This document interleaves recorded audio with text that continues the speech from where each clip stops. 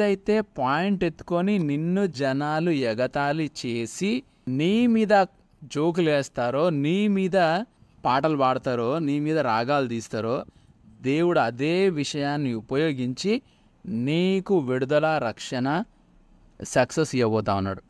ఏ విషయం అయితే కదా కలలు గనేవాడని ఎగతాళి చేస్తే, కలలు గనేవాడు కలల భావం చెప్పి ఏమవుతాడంటే తనకు ముందొచ్చిన కళని సాకారం చేసుకుంటాడు.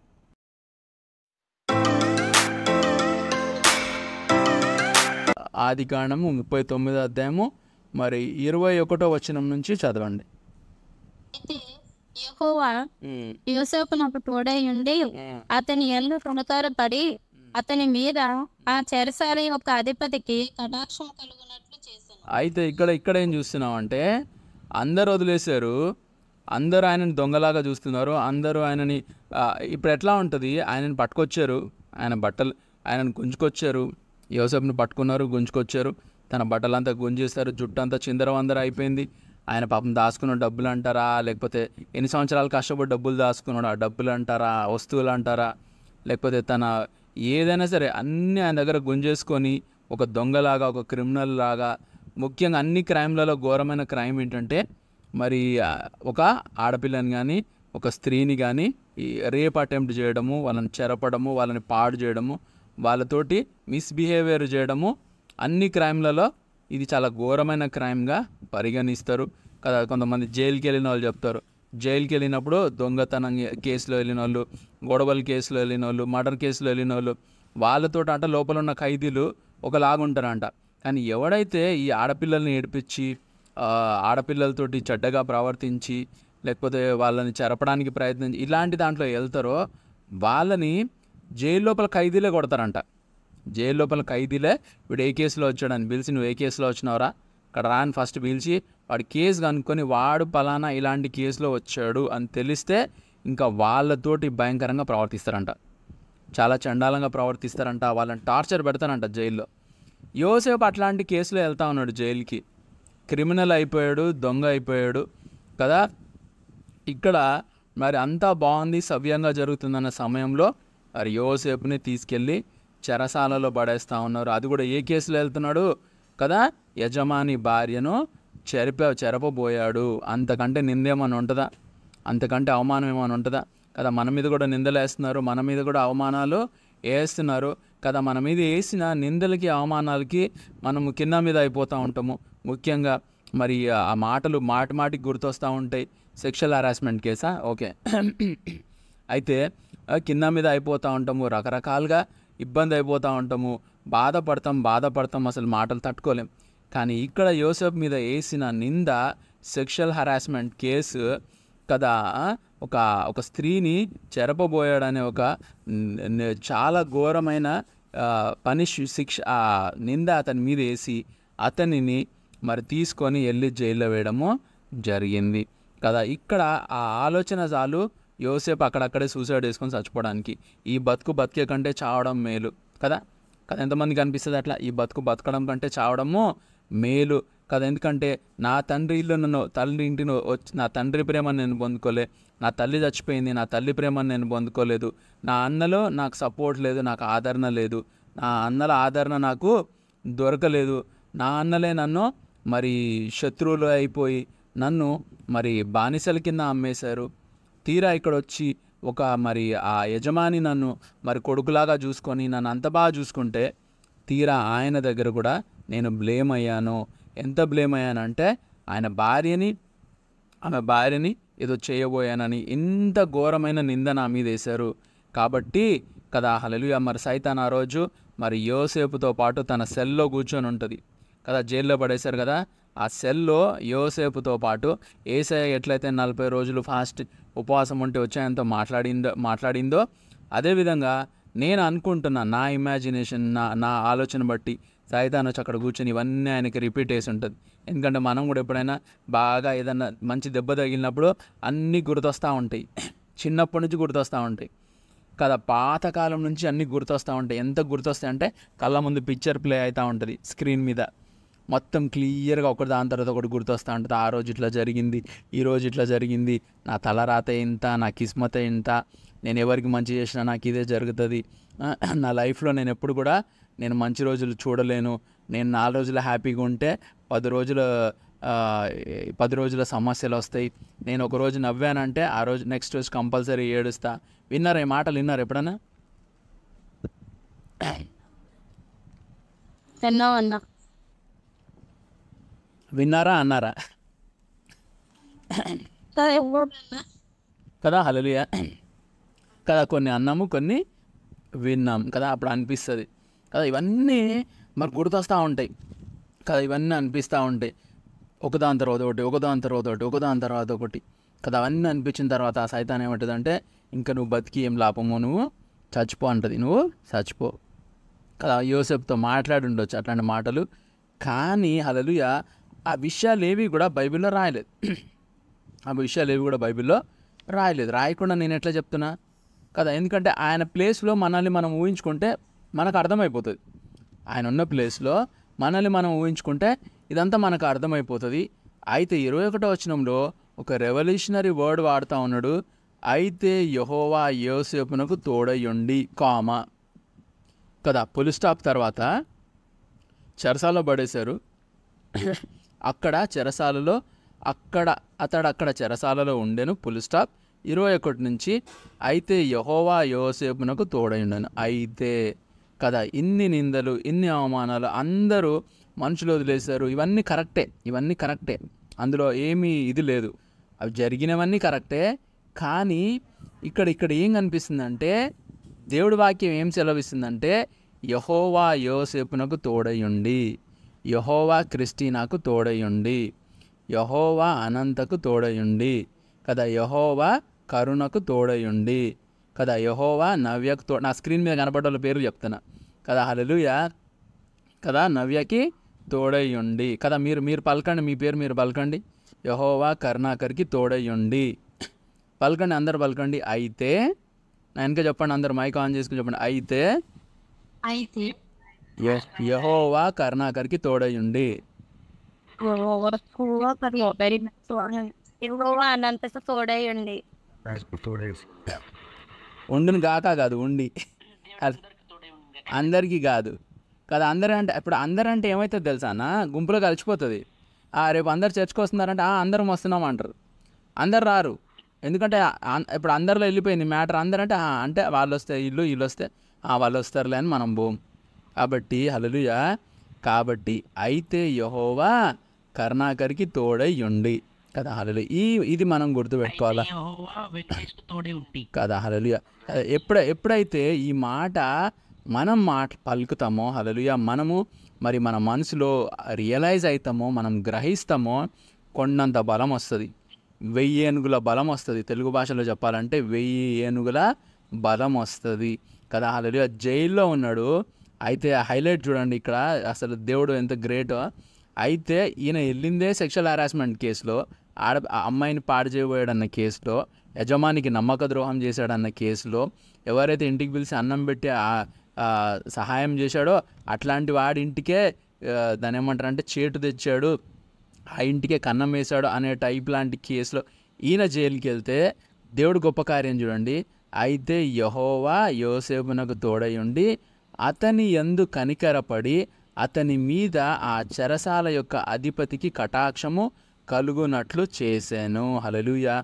లోకము కఠినంగా చూడొచ్చు, మనల్ని చూసి పళ్ళు కొరకొచ్చు, మనల్ని చూసి నోట్లో తిట్టుకోవచ్చు, వెనక తిట్టుకోవచ్చు, రకరకాలుగా మనల్ని చూసి మరి వాళ్ళు దాన్ని ఏమంటారంటే కింద మీద అయిపోయి ముళ్ళ మీద కూర్చున్నట్టు అయిపోవచ్చు. కానీ దేవుడు మనకు తోడై ఉంటే ఏమవుతుందంటే అతని యందు కనికరపడి, హల్లెలూయా, దేవుడు అంట యోసేపు మీద కనికరపడ్డాడు. మరి ఈరోజు దేవుడు నీతో వాక్యరూపంగా మాట్లాడుతున్నాడు. ఆ దేవుడు నీ మీద కనికరపడతా ఉన్నాడు కదా, ఆ దేవుడు నీ మీద కనికరపడతా ఉన్నాడు, నీ పరిస్థితిని చూస్తూ ఉన్నాడు కదా, నీ వెనుక మరి ఎవరైతే వాగుతూ ఉన్నారో వాళ్ళ మాటలు చూస్తూ ఉన్నాడు కదా, నువ్వు పడ్డ కష్టం చూస్తూ ఉన్నాడు. దేవుడికి ఇవన్నీ గుర్తొస్తున్నాయి. అరే, ఆ రోజు ఇంత మంచి వాక్యం చెప్పింది చర్చిలో, ఆ రోజు చర్చిలో గిన్నెలు కడిగింది, ఆ రోజు అందరికీ అన్నం వడ్డించింది, ఆ రోజు ఎంగిలిస్త్రాకులు నా మందిరంలో ఎత్తింది. మనం చేసుకొని వెళ్ళిపోతున్నాం వస్తున్నాం, చేసుకుంటున్నాం, వెళ్ళిపోతున్నాం, కానీ దేవుడు గుర్తుంచుకుంటాడు. అది అసలు గొప్ప సంగతి. మనం చేసి వెళ్ళిపోతున్నాం కదా, నీకు బాగాలేదు, నీకు జ్వరం ఉంది, నీకే హెల్త్ బాగాలేదు, కానీ ఆ రోజు నువ్వు వెళ్ళి ఆ ఇంట్లో మోకరించి వాళ్ళ కోసం ప్రార్థన చేసినావు, దేవుడు అవన్నీ గుర్తుపెట్టుకుంటా ఉంటాడు కదా. హల్లెలూయా. ఇది మనుషులకు గుర్తుండకపోవచ్చు, కొన్నిసార్లు మనమే మర్చిపోతాం కదా. హల్లెలూయా. ఆ రోజు మరి కదా నీ చేతిలో చిల్లి కావలేదు, 10 రూపాయలు లేదు, ఇంట్లో తినడానికి తిండి లేదు, కానీ నువ్వు హల్లెలూయా దేవుడి సేవలకి, మీటింగ్లకి, ప్రార్థనలకి తిరిగినవు. ఆ రోజు దేవుడికి గుర్తుంటుంది కదా. ఆ రోజుని బట్టి దేవుడు నిన్ను దీవించడం మొదలు పెడతాడు. ఆ పనిని బట్టి దేవుడు నిన్ను ఆశీర్వదించడము మొదలు పెడతాడు. దేవుడు అంటాడు, నాకిచ్చి నన్ను పరిశోధించు అంటాడు. నువ్వు నాకిచ్చి నువ్వు పరిశోధించు కదా. డబ్బులు ఇవ్వడమే కాదు కదా, సమయాన్ని ఇవ్వాలి, సేవ ఇవ్వాలి, నీ ఎనర్జీ ఇవ్వాలి, నీ బలం ఇవ్వాలి, నీ శక్తి ఇవ్వాలి, నీ ఆత్మని ఇవ్వాలి, నీ ఇంటెలిజెన్స్ని ఇవ్వాలి, నీ వాయిస్ని ఇవ్వాలి, నీ స్వరాన్ని ఇవ్వాలి కదా. మంచి స్వరము, మంచి పాటలు పాడతావు, కానీ పాడనే పాడవు కదా. దేవుడు అన్నాడు, ఆ మంచి స్వరము నా మందిరంలో పాటలు పాడి కదా, నీ స్వరం ఇచ్చి కదా, నీ సమయం ఇచ్చి కదా, ఆఫీస్లో జాబ్ చేస్తే డైలీ ఎన్నో వేల రూపాయలు సంపాదిస్తావు.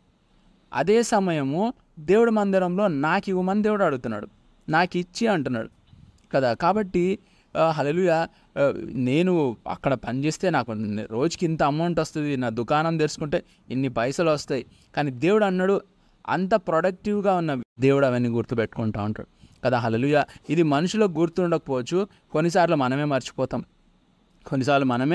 మర్చిపోతాం కదా. హల్లెలూయా.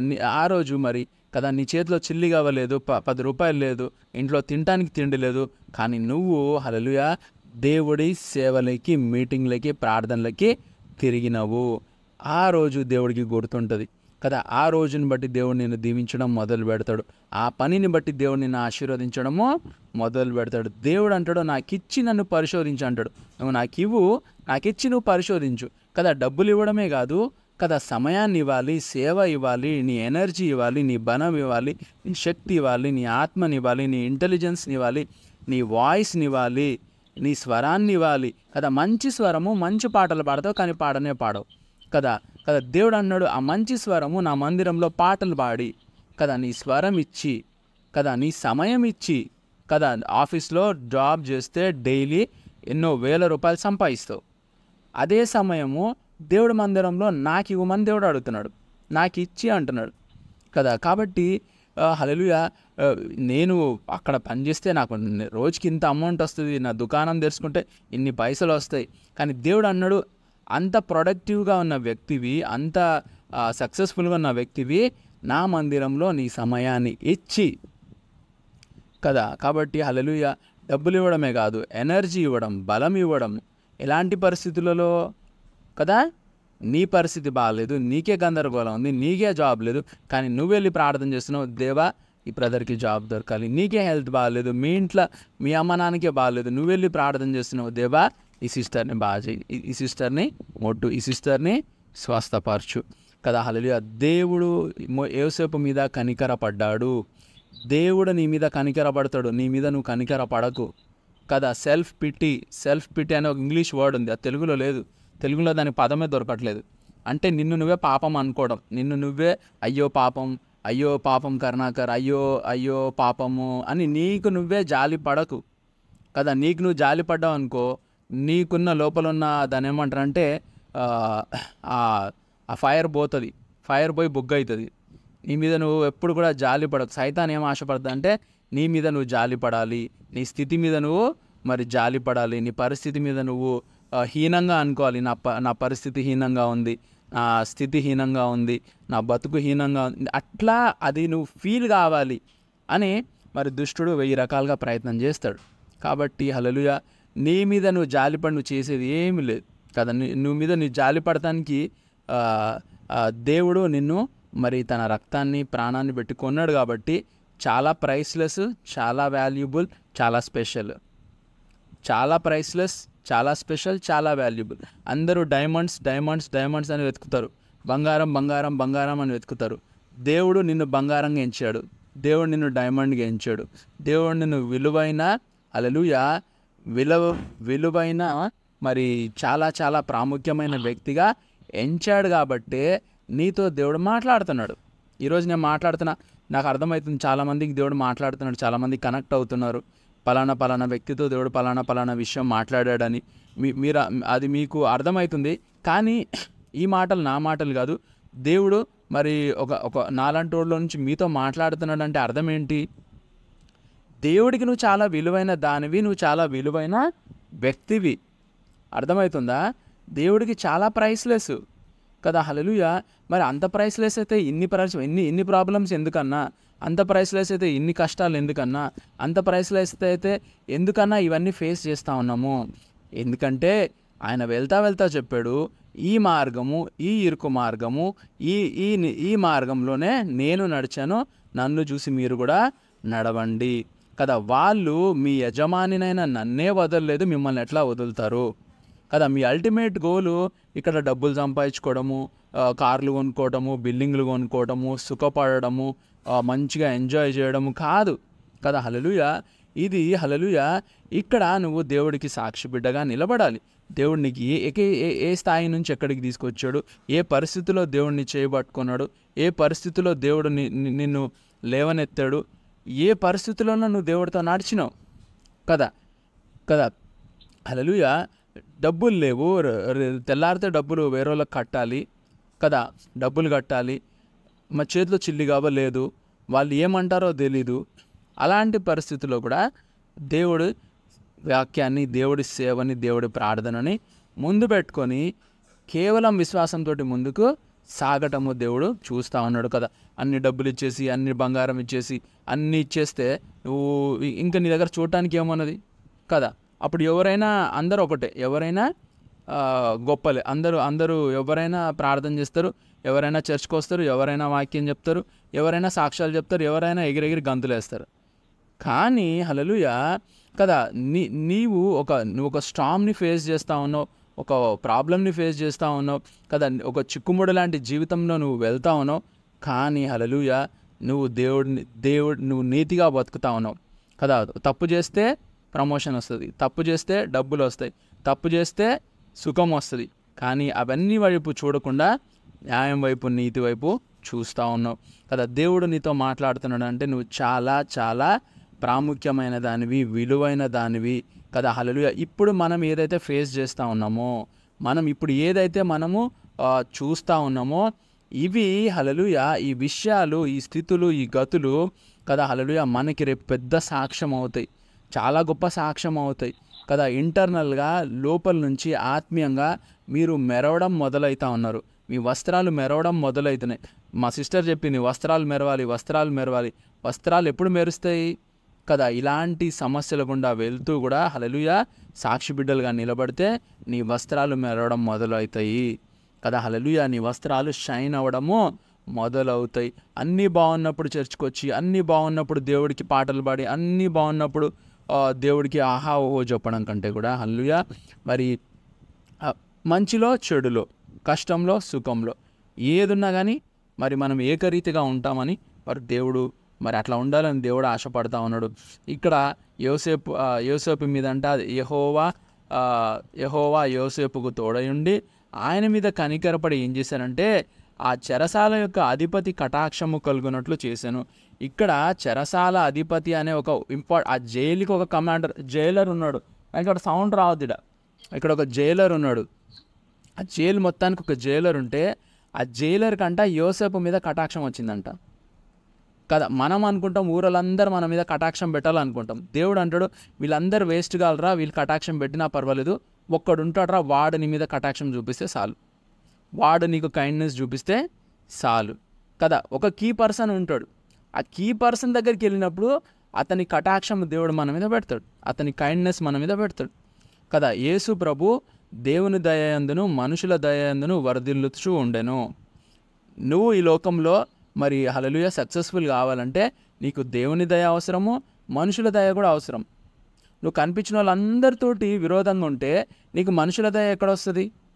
అమ్మో క్రిస్టియనే కానీ, అమ్మో చర్చ్కి వెళ్తారే కానీ కదా అన్నది. మా దగ్గర ఉన్నారు చాలామంది ఆఫీస్లో పనిచేస్తారు అనమాట, పనిచేస్తారు, వాళ్ళు భయపడతారు, వీళ్ళ నోటికి భయపడతారు, వాళ్ళకు దడుచుకుంటారు కదా. అట్లాంటి సాక్ష్యం ఉండాలా కదా. ఇక్కడ ఏమంటున్నాడు హల్లెలూయా, దేవుడంట ఆ చెరసాల అధిపతికి మరి కటాక్షం కలుగజేశాడు. ఎవరి మీద కటాక్షం కలుగజేశాడు?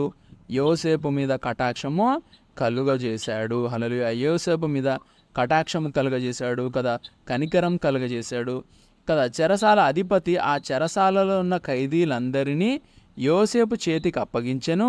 వారు అక్కడ ఏమి చేసిరో అదంతయు అతడే చేయించువాడు. ఇప్పుడు ఏమైపోయిందంటే ఆ చెరసాల అధిపతి ఏం చేశాడు? ఆ చెరసాల తాళాలు, దొంగల తాళాలు, జైలు తాళాలు అన్నీ కూడా తీసుకొచ్చి యోసేపు చేతికిచ్చి అంటున్నాడు, నేను పోయి మంచిగా నేను నా రూమ్లో రిలాక్స్ అవుతా, జైలంతా నువ్వే నడిపి అన్నాడు. జైలంతా నువ్వే నడిపి, ఈ చెరసాల అంతా కూడా నువ్వే నడిపించు అని చెప్పేసి హల్లెలూయా చెరసాలలో ఉన్న ఖైదీలందరినీ యోసేపు చేతికి అప్పగించాడు. ఎవరుంటారు చెరసాలలో? మంచోళ్ళు ఉంటారా? చెరసాలలో ఎవరుంటారు? మంచోళ్ళు ఉంటారా? చెరసాల్లో దొంగలు ఉంటారు, మర్డర్లు చేసిన వాళ్ళు ఉంటారు, క్రిమినల్ మంచోళ్ళు ఉంటారు. అసలు ఖతర్నాక్ మనుషులు ఉంటారు, ఏక్సేగ్ ఉంటారు కదా, చాలా డేంజర్ మనుషులు ఉంటారు, క్రిమినల్స్ ఉంటారు. అయితే అట్లాంటి దగ్గర వాళ్ళందరినీ ఎవరి చేతికి అప్పచెప్పాడంట? ఆ అధిపతి యోసేపు చేతికి అప్పచెప్పాడంట. అంటే యోసేపు సెల్ తాళం చేయి ఏదైతే ఉందో యోసేపుకి ఇచ్చేసాడు. ఆయన తాళం చేయి యోసేపుకి ఇచ్చేసి, యోసేపు నువ్వు ఫ్రీగా తిరుగు, జైల్లో తిరుగు ఎక్కడన్నా అంటే ఆయన కన్ఫర్మ్ అయిపోయాడు. ఆయనకి ఏం కన్ఫర్మ్ అయిపోయిందంటే యోసేపు జైల్లోంచి పారిపోడు, యోసేపు ఆ తప్పు చేసి ఉండడు, యోసేపు నీతిమంతుడు అని ఆ అవగాహన ఎప్పుడైతే ఆ అధిపతికి వచ్చిందో మొత్తం జైలునంతా యోసేపు చేతిలో పెట్టేసి కదా. అయితే వాళ్ళు అక్కడ ఏం చేయాలి? పొద్దున్నే లేచి ఏం చేయాలి? యోగా చేయాలా, ఎక్సర్సైజ్ చేయాలా, వాకింగ్ చేయాలా, పని చేయాలా, చెరసాలంతా క్లీన్ చేయాలా, లేకపోతే ఏమైనా పుస్తకాలు చదవాలా, జైల్లో ఏం చేస్తారు, ఇంకా వంటలు చేయాలా, ఏం చేయాలో అన్నీ కూడా ఎవరు చెప్పాలంటే యోసేపు చెప్పాలి. మనల్ని గుంతలో పడేయగలుగుతారు పడేసిన వాళ్ళు, కానీ దేవుడు అక్కడ మనల్ని ఆ గుంతలో కూడా దేవుడు మనల్ని లీడర్గా పెడతాడు. ఈ కటాక్షము, ఈ ఆశీర్వాదం దేవుడు నీ మీద పెట్టిండు కదా. హల్లెలూయా. నిన్ను ఎక్కడ పడేసినా కదా, పోతిఫర్ ఇంట్లో బానిస కింద పడేస్తే పోతిఫర్ ఇంటి కింద లీడర్ అయిపోయాడు, పోతిఫర్ ఇంటికి యజమాని టైప్ అయిపోయాడు. జైల్లో పడేస్తే జైలు మొత్తానికి నా అధిపతి అయిపోయాడు కదా. ఆయన చదువుకొని ఎగ్జామ్ రాసి రికమెండేషన్తో ఆయన జైలర్ అయితే ఈయన ఖైదీలాగా పోయి ఈయన జైలర్ అయిపోయాడు. పేరుకి ఆయన జైలరు, జైలంతా నడిపించేది ఈయననే కదా. హల్లెలూయా. అయితే అదంతయు అతడే చేయించువాడు. యెహోవా అతనికి తోడై ఉండెను గనుక ఆ చెరసాల అధిపతి అతనికి యెహోవా అతనికి తోడై ఉండెను గనుక ఆ చెరసాల అధిపతి అతని చేతికి అప్పగింపబడిన దేనిని గూర్చి విచారణ చేయక ఉండెను కదా. ఏమైందంటే ఒక్క నిమిషం, రైట్. ఇప్పుడు ఏమైపోయిందంటే ఆయన ఎట్లయితే పోతిఫర్ తన ఇంటి మొత్తాన్ని యోసేపు చేతికి అప్పచెప్పి ఆయన రిలాక్స్గా ఉన్నాడో, ఇక్కడ ఈ జైలర్ కూడా మొత్తాన్ని యోసేపు చేతికి అప్పగించి అతడు రిలాక్స్గా ఉన్నాడు. అతడు చేయనది యావత్తు యెహోవా సఫలమగునట్లు చేశాను. జైల్లో చేయడానికి ఏముంటుందో నాకు అర్థమవుతలేదు, కానీ ఆ జైల్లో ఆయన ఏమి చేసినా కూడా, ఏం ప్రోగ్రామ్ కండక్ట్ చేసినా కూడా, మరి ఏం స్కీమ్ పెట్టినా కూడా దేవుడు అంట ప్రతిదీ కూడా దేవుడు సఫలం చేయడము మొదలు పెట్టాడు కదా. ఎందుకంటే ఎప్పుడైతే ఈ ఆశీర్వాదం నీ మీద ఉంటుందో, ఈ దేవుడి కృప నీ మీద ఉంటుందో, ఆటోమేటిక్గా ఏం జరుగుతుందంటే హల్లెలూయా కదా, దుష్టుడు సైతాను కదా హల్లెలూయా ఒక ఫ్రిక్షన్ క్రియేట్ చేస్తాడు, ఒక ఇబ్బంది క్రియేట్ చేస్తాడు, ఒక ప్రాబ్లము క్రియేట్ చేస్తాడు. హల్లెలూయా. కానీ ఆ ప్రాబ్లము, ఆ ఫ్రిక్షన్, ఆ ఇబ్బంది యోసేపు మేలుకే జరిగింది. యోసేపుకి దేవుడు తనకు ముందు చూపించిన కళ ఏదైతే ఉందో దాని నెరవేర్పుకే ఒకదాని తర్వాత ఒకటి జరుగుతున్నాయి అనేది యోసేపుకి అర్థం కూడా కాదు కదా. యోసేపు ఒక కళ వచ్చిందా, దాని నెరవేర్పుకి, అది నెరవేరాలి అంటే ఇతను గుంతలో వేయబడాలి, ఆ కళ నెరవేరాలి, ఆ దర్శనం నెరవేరాలి, ఆ ఆశీర్వాదం ఇతని లైఫ్లో రావాలి అంటే ఇతను గుంతలో వేయబడాలి, ఇతడు బానిసగా అమ్మబడాలి, ఇతడు పోతిఫర్ ఇంట్లో కదా అక్కడ పని చేయాలి, అక్కడ అతడు నిందించబడాలి, అక్కడి నుంచి చెరసాలలో వేయబడాలి, చెరసాలలో కూడా అధిపతిగా మారాలి కదా. ఏది కూడా క్యాజువల్గా జరగలేదు, ఏది కూడా క్యాజువల్గా జరగలేదు, తల రాత అనుకోకుండా జరిగింది, ఏదో జరిగింది, ఎట్లనో జరిగిందా అని అనుకుంటారు కదా. కానీ ఇక్కడ యోసేపు జీవితాన్ని చూస్తే మనకు అర్థమవుతుంది, మనకు జరిగినదేది కూడా, మనకు సంభవించినదేది కూడా, మంచైనా చెడైనా దేవుడు తన ప్రణాళికలో, తన ఉద్దేశంలో మనల్ని ఏం చేయాలనుకుంటున్నాడో, ఏ స్థాయిలో నిలబెట్టాలనుకుంటున్నాడో, ఏ పొజిషన్లో నిలబెట్టాలనుకుంటున్నాడో కదా, హల్లెలూయా, తన సేవలో ఎట్లా వాడుకోవాలనుకుంటున్నాడో, తనకి ఎట్లా సాక్షి బిడ్డలుగా నిలబెట్టాలనుకుంటున్నాడో, అవన్నీ కూడా హల్లెలూయా వాటికి ఒకదానికొకటి తోడై నడుస్తూ ఉన్నాయి కదా. అందుకే దేవుని వాక్యం చెప్తుంది, దేవుని ప్రేమించు వారికి సమస్తము సమకూడి జరుగును. దేవుని ప్రేమించు వారికి సమస్తము సమకూడి జరుగును కదా, హల్లెలూయా. ఇది ఇక్కడ యోసేపుకి ఒకటికొకటి సమకూడి జరుగుతూ ఉన్నాయి, కానీ అది వాటి రీజనింగ్ అనేది దొరకట్లేదు, వాటికి అంత అనేది దొరకట్లేదు. మరి ఇక్కడితో మనము మరి ఆదికాండం 39వ అధ్యాయాన్ని మనము ముగించుకున్నాం. మరి మనం చూస్తూ ఉంటాం, మన లైఫ్లో కొన్నిసార్లు మంచి చేస్తాం, లైఫ్లో మనం కొన్నిసార్లు మంచి చేస్తాం, మంచి చేసినప్పుడు చెడు జరుగుతుంది. మనం ఇంతకుముందు చూసుకున్నప్పుడు మంచి చేస్తాము, మంచి చేసినప్పుడు చెడు జరుగుతుంది, మంచి వాళ్ళకు చెడు జరుగుతుంది. ఇక్కడ మంచి వాళ్ళకు చెడు జరిగినప్పుడు దేవుడు చూస్తూ ఉన్నట్టుగా అనిపిస్తుంది. మంచి వాళ్ళకి చెడు జరిగినప్పుడు దేవుడు ఆ చెడును చూస్తున్నాడు, కానీ దేవుడు ఏం చేయట్లేదు అనేది కనిపిస్తుంది.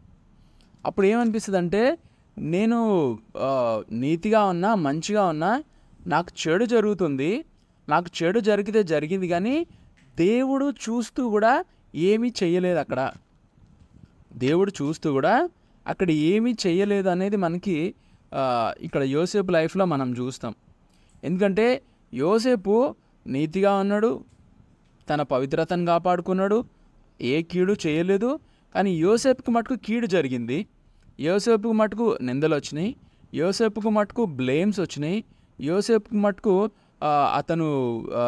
అతను ఒక సెక్షువల్ హెరాస్మెంట్ చేశాడు, ఒక ఆమెని పాడు చేయబోయాడు, తన యజమానికి చేటు తెచ్చాడు, ఎవరైతే అన్నం పెట్టారో వాళ్ళకే మరి ఆయన మరి ద్రోహం చేశాడు అని ఇంత చెడ్డ పేరు, ఇంత నింద, ఇంత అవమానాలు వచ్చినప్పుడు దేవుడు అక్కడ మరి అవి తీసేయడానికి ఏమీ చేయలేదనేది మనకు అక్కడ కనిపిస్తుంది కదా. మనకు కొన్నిసార్లు అనిపిస్తుంది, మనకి ఎక్కువ బాధ ఏమొస్తుంది అంటే కదా, మనం ఇబ్బంది పడ్డామా, మనం కష్టపడ్డామా అనేది బాధ అనిపించదు, కానీ దేవుడు ఎందుకు ఏం చేయలేదు అనేది బాధ అనిపిస్తుంది. అరే నేను ఇంత నిందలో, ఇంత అవమానాలలో పడిపోతుంటే దేవుడు ఎందుకు ఏం చేయట్లేదు, ఎందుకు ఏమి చేయకుండా అట్లనే ఉన్నాడు అనేది మనకి చాలా చాలా బాధ కలిగిస్తుంది, చాలా చాలా ఇబ్బంది కలిగిస్తుంది కదా. దానికి ఆన్సర్ దొరకదు, ఎందుకంటే దేవుడు ఏం చేయలేదే, సరే వీళ్ళందరికీ నేనేంటో తెలీదు, కానీ దేవుడికి తెలుసు కదా, దేవుడికి నేనేంటో తెలుసు కదా, మరి దేవుడు ఎందుకు ఏమీ చేయలేదు అనేది మనకి ఒక బాధ కలిగించే విషయంగా ఉంటుంది. దానికి మనకు ఆన్సర్ మనకి ఆదికాండం 40వ అధ్యాయంలో దొరుకుతుంది కదా, హల్లెలూయా. మరి ఇక్కడ చదువుదాం, 40వ అధ్యాయం స్టార్టింగ్ నుంచి చదవండి, నేను తొందరగా ఎక్స్ప్లెయిన్ చేస్తాను. ఆదికాండం 40వ అధ్యాయం స్టార్టింగ్ నుంచి. ఎవరి దగ్గర ఉంది బైబిల్, ఎవరి దగ్గర ఉంది? అటు బిట్మట ఐగుప్తు రాజు యొక్క నాయకుడును తమ ప్రభు ఐగుప్తు రాజు ఎడల తప్పు చేసిరి. ఫరో పానదాయకుల అధిపతియు పక్షకారుల అధిపతియుడైన తన ఇద్దరు ఉద్యోగస్తుల మీద కోపపడి వారిని చెరసాలలో నుంచుటకై రాజ సంరక్షక సేనాధిపతికి అప్పగించాను. అది యోసేపు బంధింపబడిన స్థలం.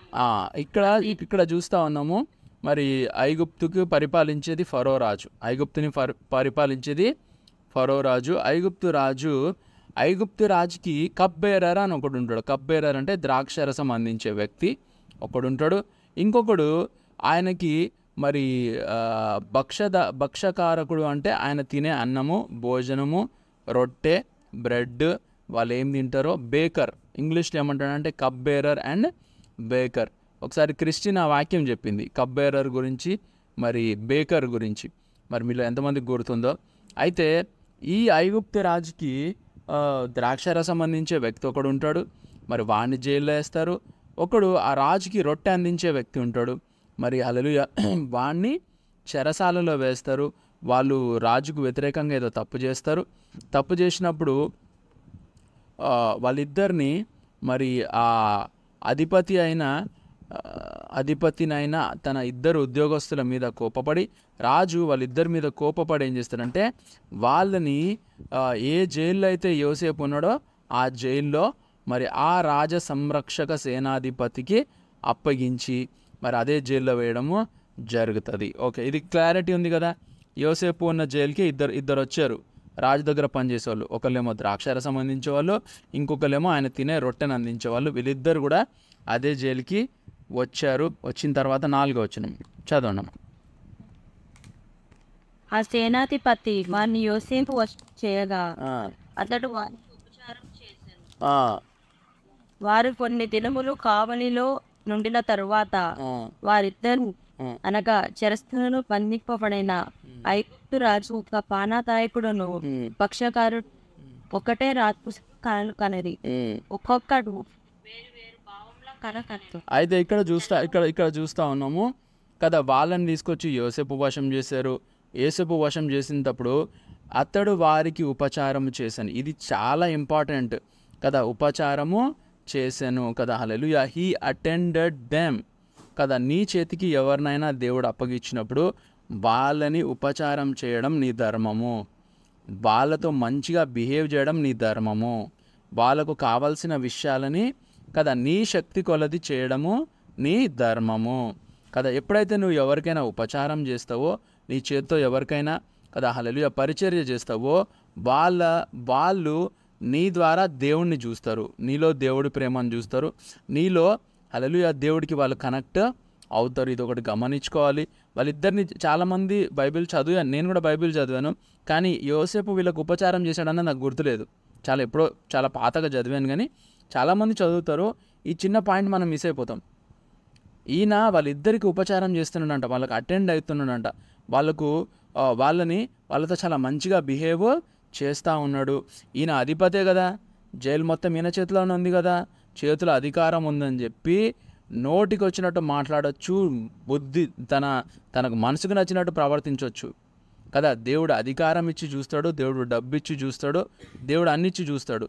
దాన్ని బట్టి వీడికి పొగరొచ్చిందా, గర్వం వచ్చిందా, అహంకారం వచ్చిందా, కళ్ళు నెత్తికెక్కినాయని కూడా చూస్తాడు. కానీ ఇక్కడ మనకేం కనిపిస్తుందంటే యోసేపు కళ్ళు నెత్తికెక్కలేదు, అతనికి పొగరు రాలేదు, అతనికి అహంకారం రాలేదు. అతడు వాళ్ళ నాన్న ఇంట్లో ఎట్లా బుద్ధి కలిగి ఉన్నాడో ఇక్కడ కూడా అట్లనే బుద్ధి కలిగి ఉన్నాడని మనము ఈ లైన్ని బట్టి అర్థం చేసుకుంటున్నాం. మరి వాళ్ళని కొన్ని దినాలు మరి కావలిలో ఈయన దగ్గర ఉంచిన తర్వాత వాళ్ళిద్దరు జైల్లో, వాళ్ళిద్దరికీ ఒకటే రాత్రి ఒకే కళ వచ్చింది. ఒకే రాత్రి కళ వచ్చింది, కానీ వేరు వేరు కళలు వచ్చినాయి. చుట్టూ తిరిగి కళల కాడికి వచ్చినాము. వారు తెల్లవారినప్పుడు యోసేపు వారి యొద్దకు వచ్చి వారిని చూడగా వారు చింతాక్రాంతులై ఉండిరి. మరి తెల్లారింది, వాళ్ళిద్దరు కళ వచ్చింది. యోసేపు అక్కడికి వచ్చి వాళ్ళిద్దరూ బాగా టెన్షన్ పడి చింతలో ఉన్నట్టు, చింతాక్రాంతులై ఉన్నట్టు, బాగా దాని ఏమంటారంటే టెన్షన్లో ఉన్నట్టు చూసి మరి ఆయన అడుగుతాడు వాళ్ళని, నేడు మీ ముఖములు చిన్నబోయి ఉన్నవని తన యజమానుని ఇంట తనతో కావలి ఉన్నందున ఫరో ఉద్యోగస్తులను అడిగాను.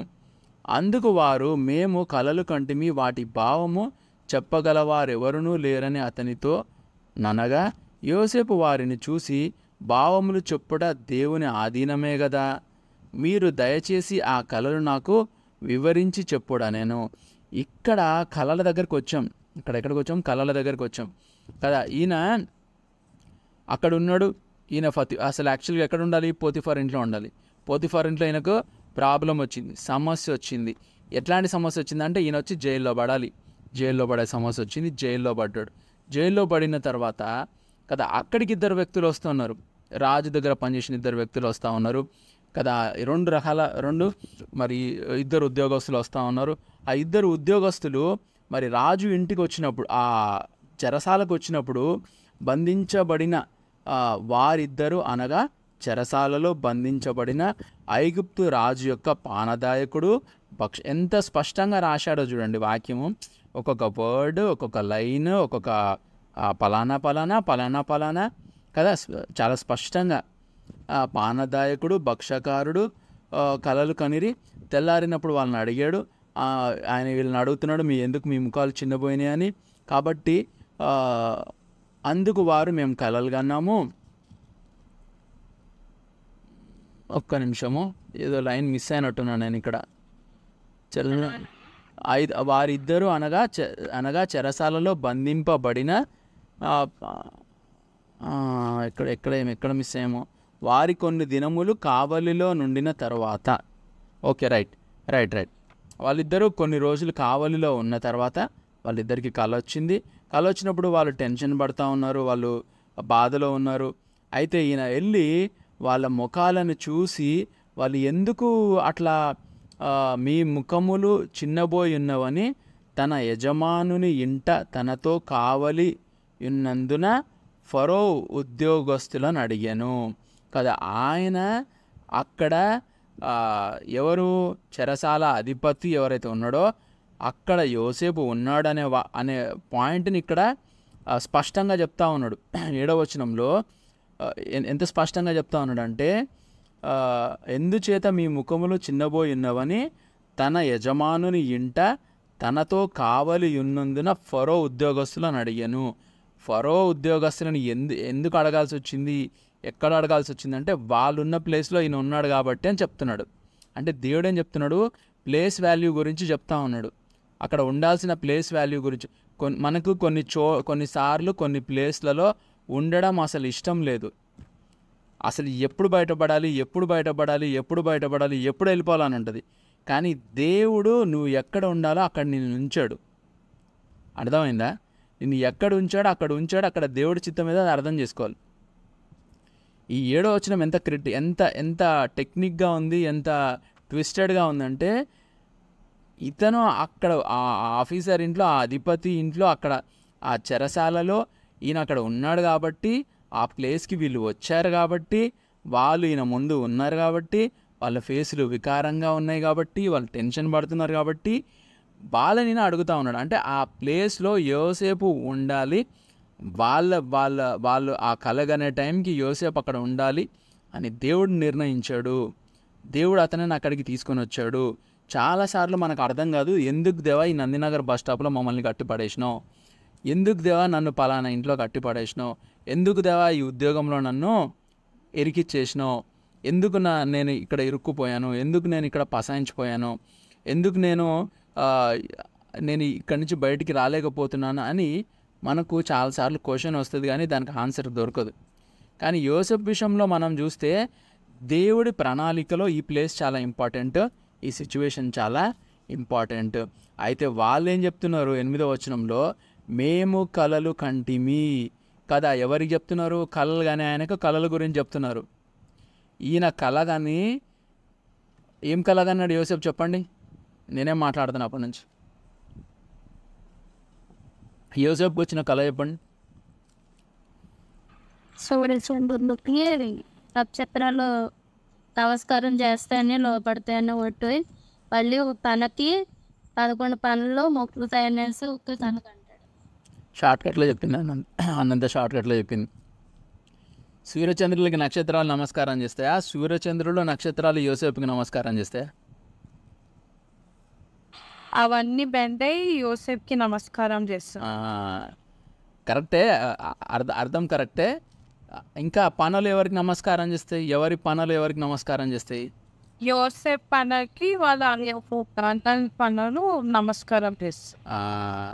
అయితే ఇక్కడ ఈయన ఏమంటున్నాడంటే, జోసఫ్ అంట, నవ్య చెప్తుంది. అయితే 8వ వచనంలో వాళ్ళందరూ మేము కలలు కంటిమి, వాటి భావము చెప్పగలవారు ఎవరూ లేరని. మాకు కళ వచ్చింది, దాని భావం చెప్పడానికి. కరెంట్ పోయింది. అరే లైట్ పెట్టరా. చూడు, ఎప్పుడైతే మనము డీప్లోకి వెళ్తామో, మా ఇంట్లో కరెంట్ పోయింది. Right, good. అబ్బా, మరి అంత బ్రైట్నెస్ కూడా జర దూరమే పెట్టు. రైట్, కరెంట్ ఉందా మీ దగ్గర? కరెంట్ పోయిందా? నా వాయిస్ వినిపిస్తుందా? నా వాయిస్ వినిపిస్తుందా? ఉందా మీ దగ్గర కరెంట్ ఉందా? ఉంది బ్రదర్. ఓకే వెంకటేష్ అన్న కరెంట్ ఉందా? Okay right. ఎందుకు కరెంట్ పోయిందంటే చాలా ఇంపార్టెంట్ విషయం మాట్లాడబోతున్నాం, అందుకే కరెంట్ పోయింది కదా. ఇంపార్టెంట్ విషయం ఏంటంటే యోసేపుని ఆయన కలలు కంటున్నాడని. యోసేపుకి అసలు సమస్యలే లేవు, యోసేపుకి అసలు ప్రాబ్లమ్సే లేవు, యోసేపుకి అసలు ట్రబుల్సే లేవు. హ్యాపీగా ఉన్నాడు, మంచిగా ఉన్నాడు. ఎక్కడున్నాడు? వాళ్ళ నాయన దగ్గర ఉన్నాడు, వాళ్ళ తమ్ముడితో ఆడుకుంటున్నాడు, మంచిగా తింటున్నాడు. ఒక లెగసీ ఉంది, ఒక పెద్ద లెగసీ ఉంది, వాళ్ళ తాత యొక్క లెగసీ అంటే తెలుసు కదా, చాలా గొప్ప వంశము, చాలా పేరుగల వంశము, చాలా ఉన్నతమైన ఫ్యామిలీ. అంత గొప్ప ఫ్యామిలీలో ఉన్నాడు, అంత గొప్ప దాని ఏమంటారంటే చాలా గొప్ప ప్లేస్లో ఉన్నాడు. హ్యాపీగా ఉంది లైఫ్ యోసేపుది, సరదాగా మంచిగా ఉంది. అంత హ్యాపీ సరదా లైఫ్లో యోసేపుకి ఏమొచ్చింది అంటే కళ వచ్చింది. ఏం కళ వచ్చిందంటే ఇందాక మీరు చెప్పినట్టు సూర్యచంద్రుడు నక్షత్రాలేమో ఈయనకు నమస్కారం చేసినట్టు, వీళ్ళందరూ పొలంలో కట్టలు కడతా ఉంటే అవన్నీ కూడా మరి యోసేపు కట్టిన పనకి నమస్కారం చేసినట్టు యోసేపుకి కళ వచ్చింది. ఎప్పుడైతే కళ వచ్చిందో ఈయన లైఫ్లో ట్రబుల్ స్టార్ట్ అయిపోయినాయి. ఎంత ట్రబుల్ స్టార్ట్ అయిపోయినాయి అంటే ఫస్ట్ టైం వాళ్ళ నాన్న తిడుతున్నాడు. వాళ్ళ అన్నలు కోపంతో ఉన్న వాళ్ళు కక్ష పెట్టుకున్నారు. ఎంత కక్ష పెట్టుకున్నారంటే, ఎంత పగ పెట్టుకున్నారంటే మనోన్ని చంపాలన్నంత పగ పెట్టుకున్నారు కదా. అయితే వాళ్ళు ఏమంటారంటే యోసేపు వస్తూ ఉంటే వాళ్ళ అన్నలు ఏమంటారు తెలుసా? ఏమంటారు చెప్పండి? దూరం నుంచి యోసేపుని చూసి ఏమంటారు వాళ్ళ అన్నలు? కలలు కనేవాడు వస్తున్నాడంటే, కలలు కనేవాడు ముందు కలలు చెప్తున్నారు వీళ్ళు. కలలు కనేవాడు ముందుకు వీళ్ళు అంటున్నారు, మా కలలకి ఎవరు భావం చెప్తారంటే మరి యోసేపు ఒక మంచి మాట అంటున్నాడు చూడండి. ఏమంటున్నాడు తెలుసా? వారిని చూసి, భావము చెప్పుట దేవుని ఆధీనమే కదా, మీరు దయచేసి ఆ కలలు నాకు వివరించి చెప్పుడు. కాబట్టి భావము చెప్పటము దేవుడి ఆధీనమే కదా, కలల భావం వివరించడము దేవుడి ఆధీనమే కదా అని చెప్పి, దయచేసి ఆ కలలని నాకు వివరించండి, నేను అర్థం చెప్తా అంటున్నాడు. ఏ కలల ద్వారా అయితే యోసేపు ట్రబుల్లో పడ్డాడో, ఏ కలల ద్వారా అయితే యోసేపు దాన్ని ఏమంటారు, తన ఊరు వదిలేయాల్సి వచ్చింది, తన ఫ్యామిలీని వదిలేయాల్సి వచ్చింది, చస్తా బతకాల్సి వచ్చింది, ఏ కలల ద్వారా అయితే ఇబ్బందిలో పడ్డాడో దేవుడు అదే కలల ద్వారా ఇక్కడ కార్యం చేయబోతా ఉన్నాడు.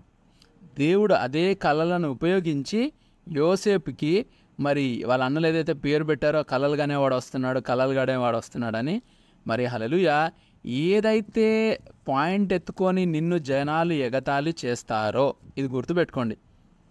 ఇది నేను స్టార్టింగ్లో చెప్పాలనుకున్నా, లాస్ట్లో చెప్తున్నా. ఏదైతే పాయింట్ ఎత్తుకొని నిన్ను జనాలు ఎగతాళి చేసి నీ మీద జోకులు వేస్తారో, నీ మీద మరి పాటలు పాడతారో, నీ మీద రాగాలు తీస్తారో, దేవుడు అదే విషయాన్ని ఉపయోగించి నీకు విడుదల, రక్షణ, సక్సెస్ ఇవ్వబోతా ఉన్నాడు. అర్థమైందా కదా? హల్లెలూయా. ఏ విషయమైతే కదా కలలు గనేవాడని ఎగతాళి చేస్తే, కలలు గనేవాడు కలల భావం చెప్పి కదా ఏమవుతాడంటే, హల్లెలూయా, తనకు ముందొచ్చిన కళని సాకారం చేసుకుంటాడు. హల్లెలూయా. ఎగతాళి కదా. తెలుగులో ఒక సామెత ఉంది, నవ్విన నాపసేనే పండుతుందంట. ఎవరినైతే చూసి నవ్వుతారో ఆ నాపసేనే దేవుడు ఆ నాపసేనే బాగా పండిందంట. తెలుగు సామెతలు చాలా బాగుంటాయి. అయితే ఇక్కడ ఏం చూస్తూ ఉన్నాము, ఏ కలలు కనేవాడు వస్తున్నాడు రా, కలలు కనేవాడు, ఆయనకు పేరు పెట్టేశారనమాట. యోసేపు మీద ఒక మూవీ తీశారు, ప్రిన్స్ ఆఫ్ డ్రీమ్ అనుకుంటా, ప్రిన్స్ ఆఫ్ డ్రీమ్స్, కలల యువరాజు అని మూవీ తీశారు.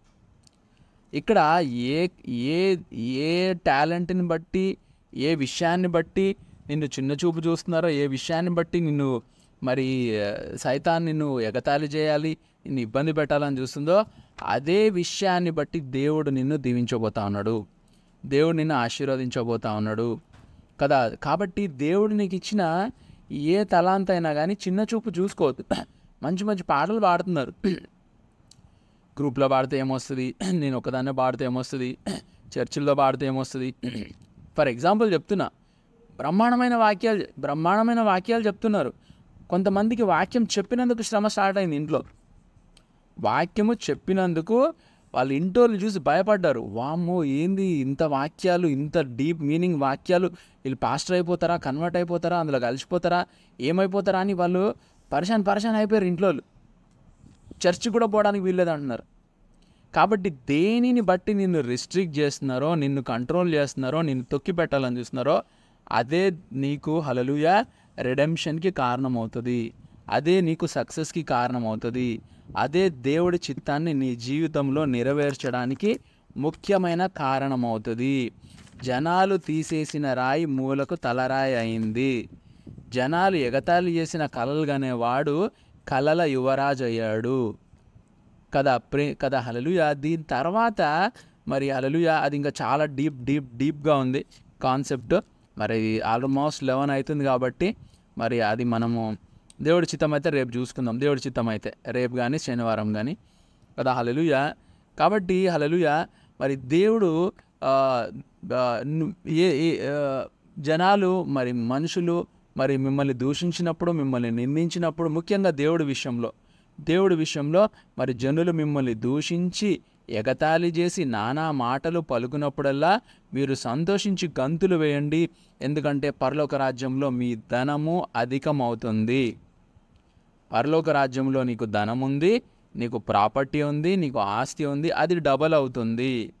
ఎట్లా డబల్ అవుతుంది అంటే జనాలు మిమ్మల్ని నానా మాటలు పలికినప్పుడు అది తట్టుకోవడమే కష్టమవుతుంది, అది ఫేస్ చేయడమే ఇబ్బంది అవుతుంది కదా హల్లెలూయా. ఈ కథలు తెలుసు, వాక్యాలు తెలుసు, సత్యాలు తెలుసు, కానీ అది రియలైజ్ చేసుకొని అది ఫేస్ చేయడం చాలా కష్టం. ఇక్కడ ఈయనకు కళలు చెప్తున్నారు వాళ్ళు. ఈ కళల భావం ఎవరు చెప్తారంట? దేవుడు చెప్తాడంట. ఆ జ్ఞానం ఎవరికి ఉంది? కళలు చెప్పే భావం, జ్ఞానం ఎవరికి ఉంది?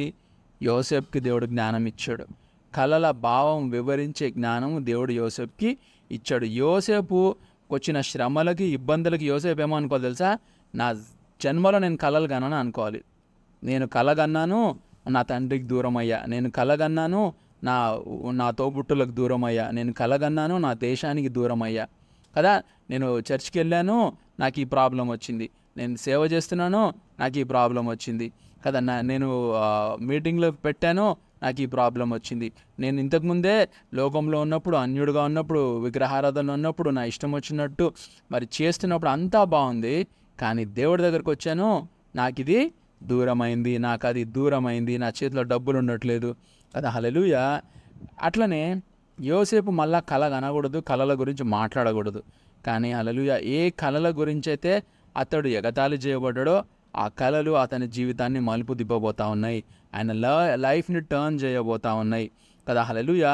కాబట్టి దేవుడు మరి నీకు ఇచ్చిన ఆ విచిత్రమైన రంగురంగుల వస్త్రమే అనుకో, మరి ఆ వరమే అనుకో, ఆ తలాంతే అనుకో, మరి ఆ ఆశీర్వాదమే అనుకో, మరి ఆ కృపయే అనుకో, ఆ టాలెంటే అనుకో, లేకపోతే హల్లెలూయా మరి దేవుడు ఏదో పెట్టాడు నీ లోపల. మనల్ని ఏదో మార్కెట్లో వదిలేయలేదు కదా, గంపగుత్తగా మార్కెట్లో వదిలేయలే మనల్ని కదా హల్లెలూయా. చర్చ్లో, పరిచర్యలో కొంతమంది వాడబడతా ఉన్నారు. చిన్న పిల్లలు కూడా వాడబడటం నేను చూస్తున్నా. చిన్న పిల్లలు కూడా వాడబడటం నేను గమనిస్తున్నా. మామూలు మనిషిని నేనే గమనిస్తుంటే దేవుడు ఎంత బాగా గమనిస్తుంటాడు.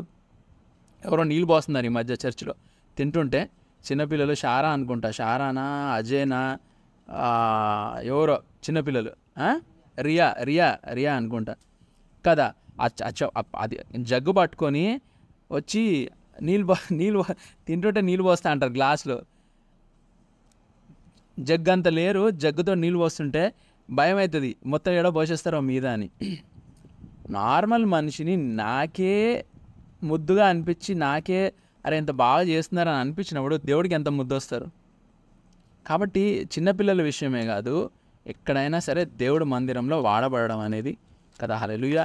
దేవుడి సన్నిధిలో నీ తలాంతు, నీ సమయము, నీ ఎనర్జీ, నీ స్ట్రెంగ్త్, నీ స్టామినా, నీ స్పిరిట్, అన్నిటికంటే ముఖ్యంగా నీ టైము ఖర్చు పెట్టడం అనేది చాలా చాలా చాలా చాలా ఇంపార్టెంట్. ఏం తిన్నావు, ఎక్కడ తిరిగినావు, ఏం చేసినావు, వారం అంతా ఏం చేసినావు, అస్సలు అవసరం లేదు. ఎక్కడ రాయరు, బైబిల్లో రాయరు, పరలోక రాజ్యంలో రాయరు కదా. ఏది రాయబడుతుంది, ఏది ముఖ్యమైనది, ఏది స్పెషల్, ఏది ప్రాముఖ్యమైనది అంటే దేవుడి పరిచర్యలో, సేవలో, మందిరంలో నువ్వు ఎంతవరకు ఉపయోగపడతా ఉన్నావు, ఎంతవరకు నీ తలాంతుని వాడుకుంటున్నావు కదా. హల్లెలూయా. మంచి తలాంతి ఇచ్చినోడంట మట్లో దంట తోవి పెట్టాడంట. మంచి తలాంతి ఇచ్చినవాడు మట్లో దాన్ని తోవి పెట్టాడు. మంచి వాక్యం చెప్పొచ్చు కదా, నువ్వు మట్లో తోవి పెడితే ఏం ఫాయిదా? నీకు తెలిసిపోయింది కదా. నేను మొన్న అడిగితే మీరందరు మీ తలాంతులందరూ చెప్పారు నాకు, నేను రాసుకున్న డైరీలో. ఇప్పుడు చెప్పమంటే చెప్తా తీసి కదా. మీ స్పెషాలిటీ ఏంటి, మీ వరం ఏంటి, మీ విచిత్రమైన అవసరం అంటే అందరూ చెప్పారు. కానీ ఎంతమంది వాటిని వాడుతున్నారు, ఎంతమంది వాటిని మట్లో తోవి పెట్టారు కదా. కాబట్టి హల్లెలూయా. అప్పుడప్పుడు బ్రషప్ చేయాలి, దుమ్ము దులపాలి కదా. దేవుడి దగ్గరికి వచ్చి దేవుడి సన్నిధిలో, దేవా ఇదిగో నీ మందిరానికి వచ్చినానయ్యా కదా. హల్లెలూయా.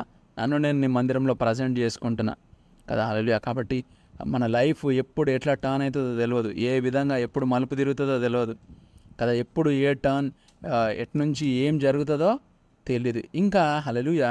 మరి ఇంకొక విషయం ఏంటంటే కళల విషయానికి వచ్చేటప్పటికి, మరి ఈరోజు నాకు సిస్టర్ ఒక కళ చెప్పారు. ఒక సిస్టర్, నేను ఆ కళ విషయం నేను వివరిస్తాను, సిస్టర్తో కూడా మాట్లాడతా, తర్వాత ఆ కళను కూడా వివరిస్తాను. సిస్టర్ నాకు ఈ కళ చెప్పకముందే ఒక 3 days నుంచి నా మైండ్లో సిస్టర్ ఏదైతే చెప్పారో అదే విషయం నా మైండ్లో తిరుగుతుంది. 3 రోజుల గురించి, 3 రోజుల ముందు నుంచి తిరుగుతుంది. నేను ఒక పేపర్లో అంతా రాసుకొచ్చుకున్నా. ఒకరోజు స్పెషల్గా మనం ఒకరోజు పెట్టుకుంటాం కదా, స్పెషల్ టాపిక్ మీద మనం క్లాస్ ఉంటుందని అనుకుంటాం కదా, అట్లా స్పెషల్ టాపిక్ మీద నేను మొత్తం రాసుకొచ్చుకున్నా. మరి ఈరోజు ఆ సిస్టర్ కళ చెప్తా ఉంటే నాకు మొత్తం లైనప్ అవుతా ఉన్నాయి, డాట్స్ కనెక్ట్ అవుతున్నట్టు అనిపించింది కదా. హల్లెలూయా. కాబట్టి మరి దేవుడు మరి కళల ద్వారా మరి మన సంఘంలో చాలామందితో మాట్లాడుతూ ఉన్నాడు. మరి ఎట్లా మాట్లాడుతూ ఉన్నాడు అంటే, మరి చాలా లోతైన విషయాలు, గొప్ప మర్మాలను దేవుడు బయలుపరుస్తూ ఉన్నాడు. మరి మీతోటి మీకు అట్లాంటి కళలు వస్తున్నాయంటే యోసేపుకి ఇచ్చిన వరం దేవుడు మీకు ఇచ్చినట్టు. కాబట్టి మీరు దేవుడికి థ్యాంక్స్ చెప్పండి. థ్యాంక్ యూ దేవా, యోసేపుకి ఇచ్చిన వరం నాకు ఇచ్చినవు దేవా కదా. యోసేపు పెట్టిన పెట్టుబడి ఏంటంటే కళలకు అర్థాలు చెప్పడమే. ఆయన పెట్టుబడి బిజినెస్, ఆయన పెట్టుబడి ఏంటి, ఆయన ఏం విత్తాడు, ఏం కోసాడంటే కళలకు భావం చెప్పాడు కదా. మంచి మంచి కళలు దేవుడు మరి మీకు ఇస్తూ ఉన్నాడు. మరి హల్లెలూయా. మరి నాకు ఒక సిస్టర్ చెప్పింది ఇంతకుముందు, మరి ఆ కళలు రావడం ఆగిపోయినాయంట. రావడం ఆగిపోతే మన సిస్టర్ అంట ఏడ్చుకుంటూ ప్రేయర్ చేసిందంట, అడిగిందంట, దేవా ఎందుకు దేవా నాకు కళలు చూపించట్లేదు, నువ్వు ఎందుకు దేవా నాకు కళలు చూపెట్టడం ఆపేసినావు, నా దగ్గర ఏమన్నా తప్పు ఉంటే క్షమించి దేవా, మరి నేను మళ్ళీ కళలు చూడాలనుకుంటున్నా అంటే దేవుడు మళ్ళీ కళలు చూపెట్టడం మొదలుపెట్టాడు. అర్థం కాని గూఢమైన మర్మాలని, గొప్ప గొప్ప విషయాలనంట దేవుడు చంటి పిల్లలకు చూపిస్తాడంట కదా. చంటి పిల్లల్లాగున్న మనకి దేవుడు అవన్నీ చూపిస్తాడు. కాబట్టి హల్లెలూయా. మరి దేవుడు ఈరోజు ఈ వాక్యాన్ని దీవించునుగాక. కళలతో మొదలైంది, మళ్ళీ కళలతో టర్న్ అవుతుంది కదా. కళలతోటి మొదలైంది లైఫ్, కళలతోటి టర్న్ కాబోతుంది. యోసేపు లైఫ్లో ఒక గొప్ప టర్నింగ్ పాయింట్ రాబోతూ ఉంది కదా. మనల్ని ఎక్కడైనా గుంతలో పడేయనియండి, మనల్ని సమస్యలలో పడేయనియండి, కానీ దేవుడు మనల్ని అక్కడ లీడర్గా పెడతాడు. దేవుడు మనల్ని అక్కడ మంచి స్థానంలో పెడతాడు. అయితే మనం యోసేపు లాగా మంచి తెలివి జ్ఞానం కలిగి నడుచుకోవడం చాలా చాలా అవసరం. ఈరోజు దేవుడు గంటన్నర పైన అయిపోయింది. మరి దేవుడికి వందనాలు. మరి బైబిల్ స్టడీలో విత్తబడిన వాక్యాలు, మరి సత్యాలు, మర్మాలు దేవుడు మరి మన హృదయాల్లో నాటి మరి ఆయన సేవలో, మరి ఆయన పరిచర్యలో బలంగా వాడుకొనును గాక. దేవుడు ఈ బైబిల్ స్టడీని దీవించును గాక. ప్రార్థన చేసుకుందాం. స్తోత్రం దేవా, పరిశుద్ధుడ యేసానికి వందనాలు. మరి నా దేవా పరిశుద్ధుడా, హల్లెలూయా. నా దేవా మరి యోసేపుని ప్రభా, మరి చెరసాలలో అన్ని అవమానాలు, నిందలేసినా కూడా ప్రభా మీరు అతనికి తోడై ఉన్నారు, మీరు నాకు తోడై ఉన్నారు, మీరు మాకు తోడై ఉన్నారు ప్రభా. దేవా ఈరోజు మీ కటాక్షం మా మీద ఉంచండి ప్రభా. మరి ఎంతోమంది రోగాలతో బాధపడుతూ ఉన్నారు, హెల్త్ ప్రాబ్లమ్స్తో బాధపడుతూ ఉన్నారు, ఆర్థిక సమస్యలతో బాధపడుతూ ఉన్నారు ప్రభా, రకరకాల శోధనలు ప్రభా, మరి రకరకాల చెప్పుకోలేని ఇబ్బందులతో బాధపడుతూ ఉన్నారు. ఆ స్థితులలో యేసు నామంలో మీరు దిగి హల్లెలూయా జీసస్ మీరు గొప్ప కార్యం జరిగించండి. సైతాన్ బంధకాలు, కట్లు, దుష్ట దురాత్మ అంధకార శక్తులు యేసునామములో కూలును గాక. స్వస్థత, విడుదల కలుగజేసి నీ నామానికి మహిమ తెచ్చుకొని ప్రభా మీరు గొప్ప కార్యం జరిగించి నా దేవా హల్లెలూయా. మరి మీరు మిరకల్ చేయమని యేసునామమున అడుగుతున్నాను తండ్రి. ఆమేన్.